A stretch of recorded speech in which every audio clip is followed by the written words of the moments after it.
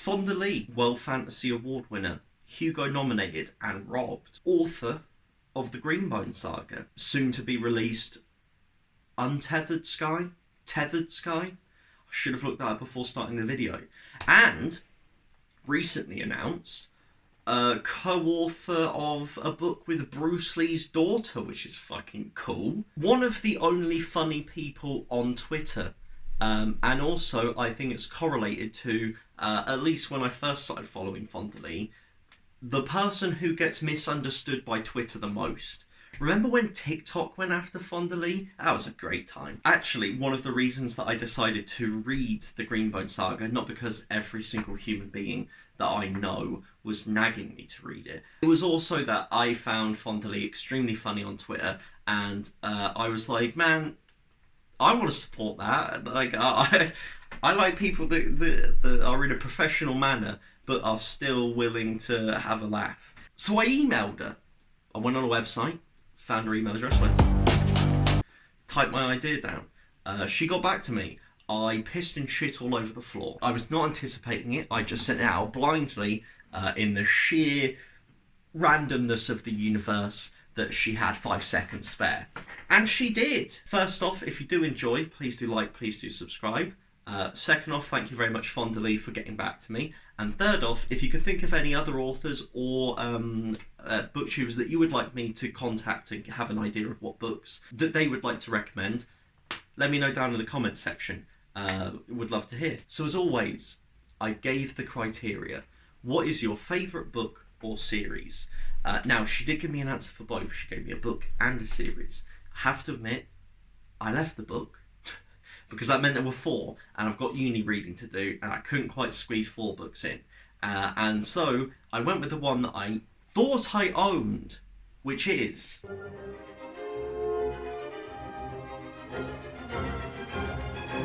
That's right, Caves of Steel by Isaac Asimov, the first book in the Robot series. Now, I hope that you can understand the mistake I made. Fonda Lee says first book in the Robot series. I go, fantastic. I own a book that's literally called The Complete Robot. To any other human being, I hope will relate to this. When I read that, I thought, oh, it's like a bind-up. They've put all the stories together. No.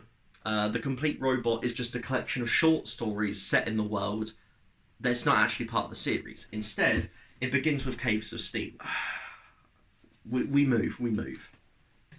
I have never read an Asimov. Very excited, have not started this yet. Caves of Steel is a spaceman, a specialist in robotics, has been murdered. Spacetown suspect an Earthman and demand an investigation. Deep in the canopy that encases the city's teeming millions. Liege Bailey, I'm going to pronounce it like that. If it's wrong, tell me, whatever, I'm going to pronounce it Liege. Liege Bailey, a plainclothes man of his age, combs the huge cave of steel for a group of subversives, for a lone fanatic, for a murderer, for some solution to a crime that could inflame a galaxy. Science fiction for the connoisseur by one of the masters of the genre. That's fucking hilarious.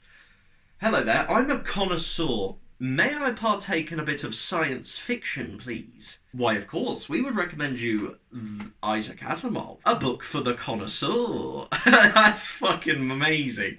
I think we should bring that back, you know. Fonda Lee, put down your next series. And so here we are, 1 book down. Someone that obviously comes with a lot of lofty expectations, you know, when you hear about sci-fi, iRobot, Foundation, Asimov, they very clearly leap to the forefront. But I feel like Asimov's one of those names that has become tempered down almost, in the sense that whenever you hear about Asimov now, it's not really as in like their work is still the foremost in the genre. It kind of comes with a, you know, sci-fi was a bit different back then. There's a focus on the ideas, not so much on the prose, not so much on the character, etc. And so I found myself coming in with a lot more tempered expectations. And I think as a result, I really enjoyed Caves of Steel. This was exactly what is described on the back. Not so much the idea that this is for the connoisseur, but the idea that there has been a spaceman who has been murdered and an Earthman has to investigate. And the Earthman has to investigate along with a robot. And so this gets down into the nitty gritty of a futuristic society that is dealing with xenophobia towards simultaneously between the spacemen and the Earthmen, and the Earthmen towards the spacemen. It's first off, calling something spacemen, it's very dumb, but I kind of love it for that. There's just something that feels a bit antiquated and just a little fun.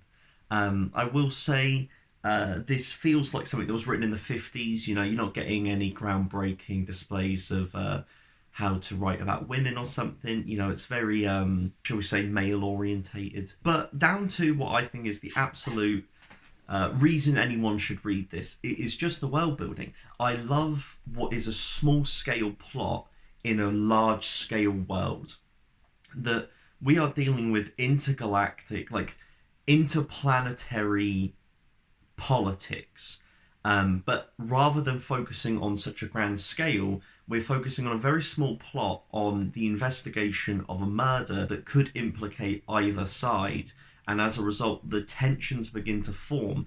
And we view on a very ground level the dissonance between these two cultures, and we unravel more about why certain sides act the way they do. And I think just there was a lot of nuance around both sides and how they interacted, and simply the world building itself. Given the time frame this is written in, quite a lot of it sometimes feels like retrofuturism, which I personally love. It adds a kind of analog nature that I think some sci-fi misses now, where because we live in a digital world, sci-fi future doesn't have the analog tendencies that like old sci-fi does. I thought the plot was good. Like, I heard a lot of people say, you know, it's easy to guess who did it. I think they do a good job of introducing certain questions, certain red herrings, etc. That culminates in a satisfying ending. I don't think it's I don't think it's the end-all be-all of a detective story, but I think it services what the book is trying to do, which is asking questions, giving perspective, and creating a fantastically rich world that will evidently continue later on in the series.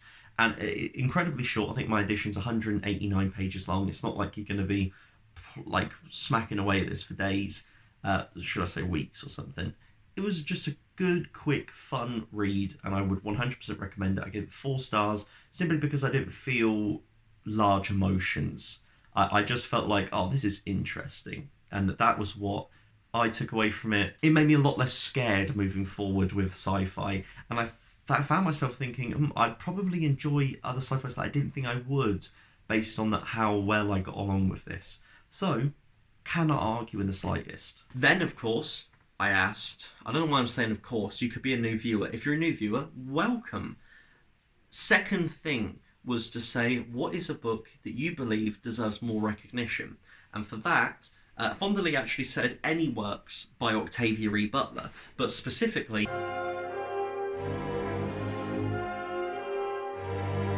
Now, Octavia Butler, I have read Kindred, absolutely adored Kindred, in the fact that it is horrific. I read it earlier this year for a Discord book club pick, and so I picked up Wild Seed.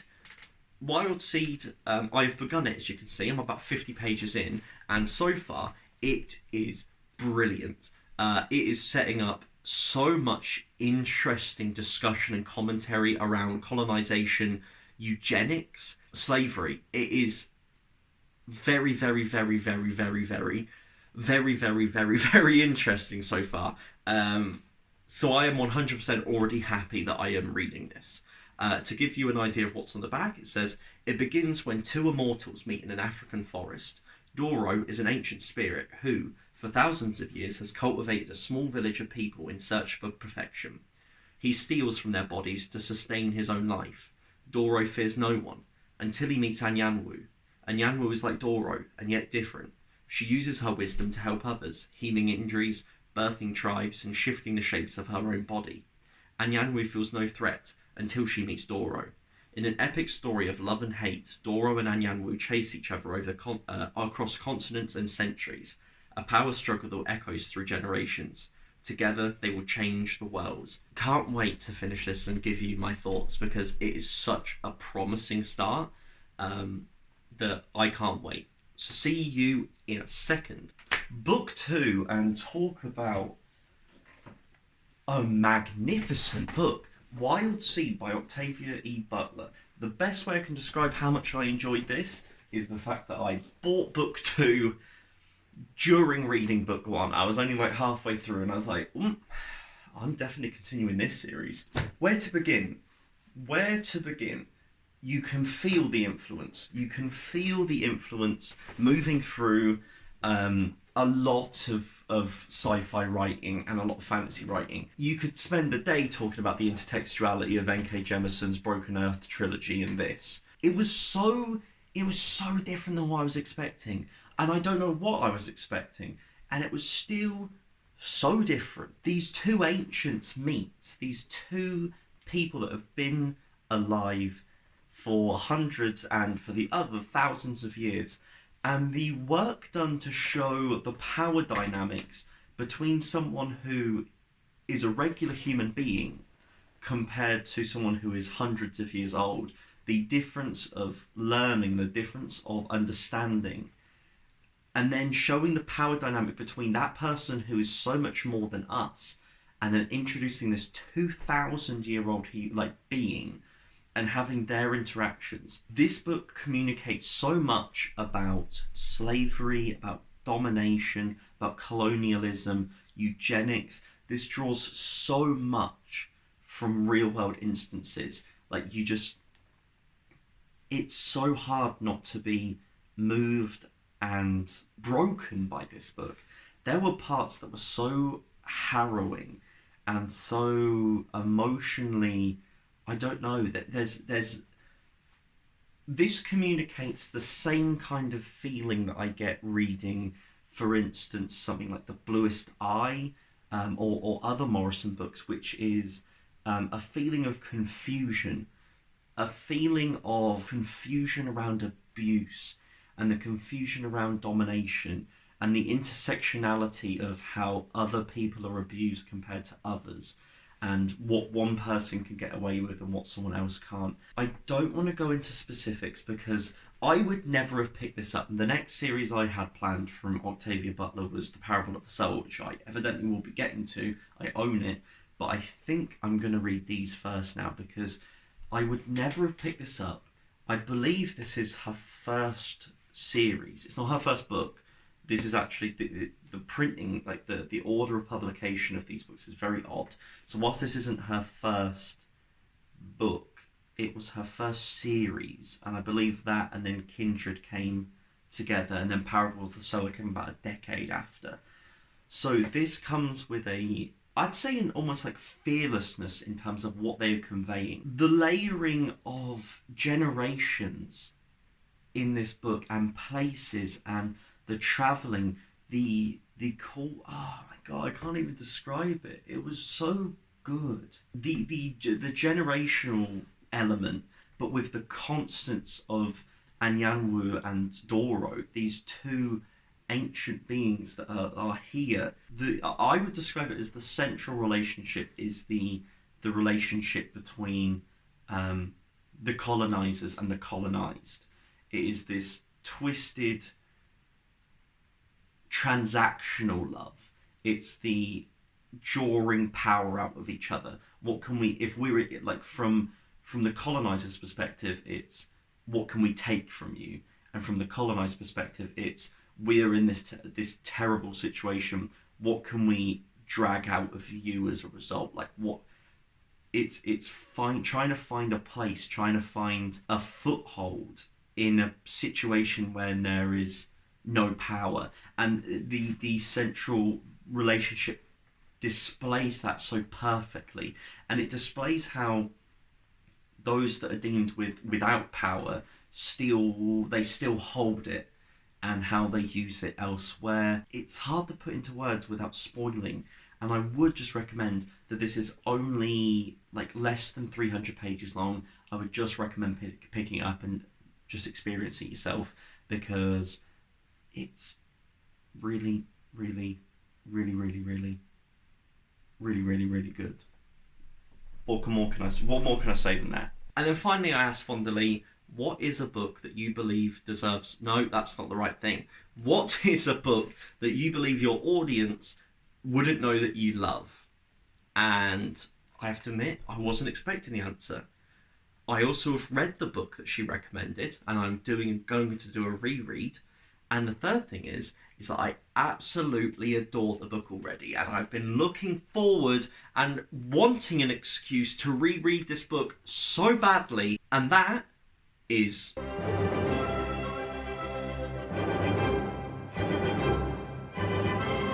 Anthony Bourdain to 16-year-old Ben was like God. He guided me. I watched Parts Unknown every fucking day. I watched it so much because it was more than just a cooking show. It was an excuse. The cooking was an excuse to have discussions and conversations that were not typically taking place, to hear points of views and perspectives that were either silenced or not well documented. I absolutely adore Anthony Bourdain. I adore how he was an arsehole. I love that he was an arsehole.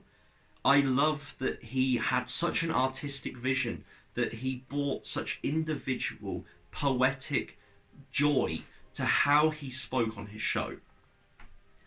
The monologues, his description of food, his description of cultures, his commentary. This is a review of Parts Unknown here, but I absolutely adore Anthony Bourdain.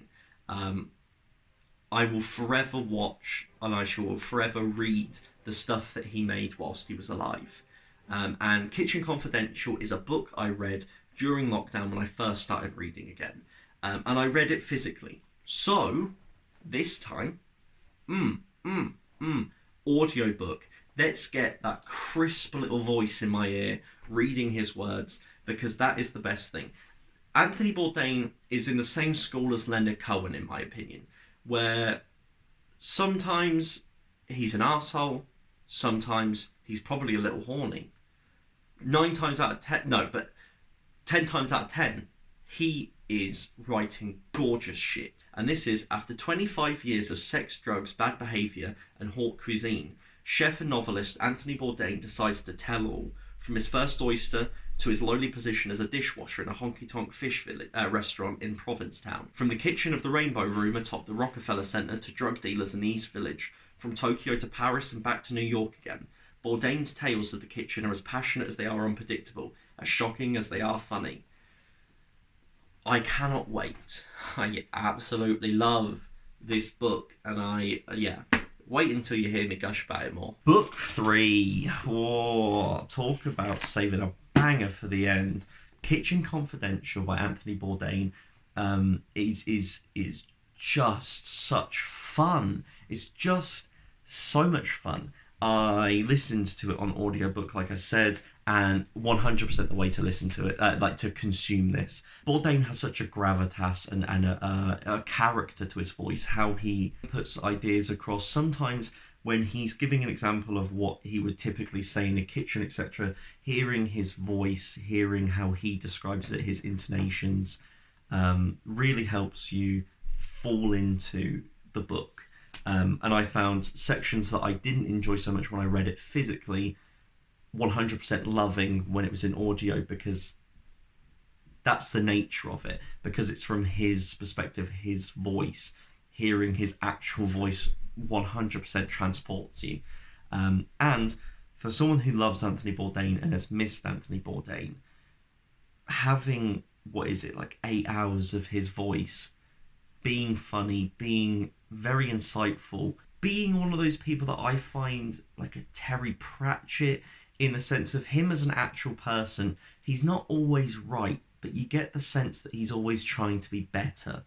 And you get that in terms of how he comes across in his TV show. Down to the actual book itself, I feel like I have no faults. I have absolutely no faults, because it's doing exactly what it says it's going to. It's giving you an insight into the culinary world.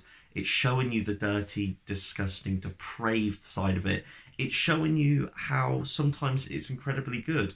It's showing you the flaws. It's showing you every nook and cranny in a strong authorial voice that's going to make you laugh. It's going to make you think. Last time I gave it 4 stars, and I think that's just because of those scenes that didn't work in audio. If you can get an audiobook, I think Bourdain's brilliant.